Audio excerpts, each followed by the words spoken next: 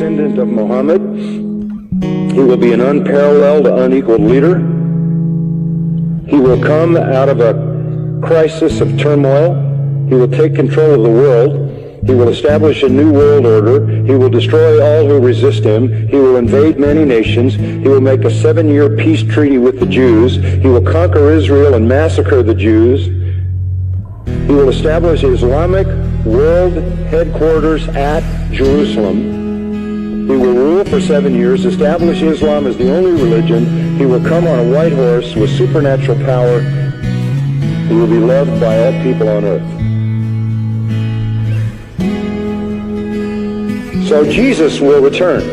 Yes, Muslims believe that Jesus will come again. They believe in the return of Jesus. Not the true Jesus. The Jesus of Islam, not God, didn't die, didn't rise, didn't provide a sacrifice for sin, but he does return. He's a prophet, and he comes back, and he has one purpose when he comes back, and that is to assist and aid the Mahdi. He returns, listen to this, as a radical Muslim. He comes back as a radical Muslim. He will arrive, by the way, at a minaret near Damascus. And he will come back holding the wings of 2 angels who flew him down to meet the gathering army of the Mahdi in the east, the army of the black flag. Jesus, when he comes back, will pray to the Mahdi, who is greater than he. He will acknowledge the Mahdi as his Lord. He will make a pilgrimage to Mecca. He will worship Allah, and thus he will lead all Christians who will follow him to reject their notion of Jesus and accept the real Jesus, who is nothing but a prophet and a man. He will establish worldwide Sharia law.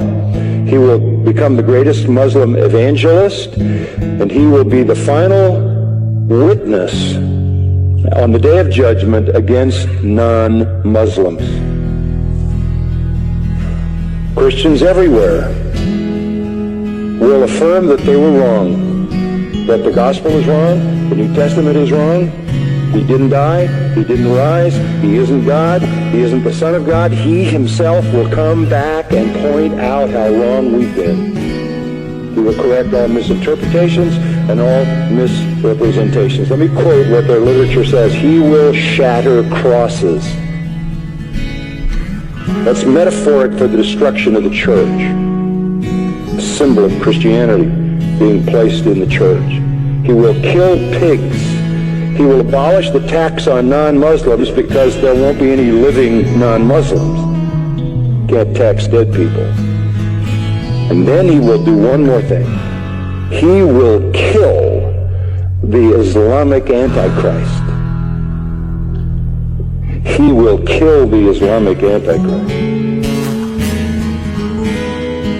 Then he will die and be buried by Muhammad, but not until he has destroyed Christianity by revealing who he really is.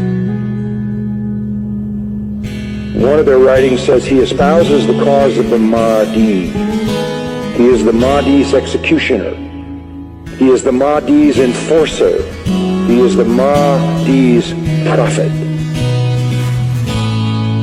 And it is he who kills the Antichrist. That leads me to the third person. The Antichrist will show up. The Muslims call him Dajjal. He is the great deceiver. He comes to earth on a mule, and he's blind in one eye. He is an infidel. He is a false miracle worker. This Antichrist, this Islamic Antichrist. But you know who he claims to be? He claims to be Jesus, the Son of God. He claims to be deity. He will attempt to stop the Mahdi and the true Jesus, but the true Jesus will slaughter him. This is their view of the true Christ. Our Jesus is their Antichrist. Our Antichrist is their...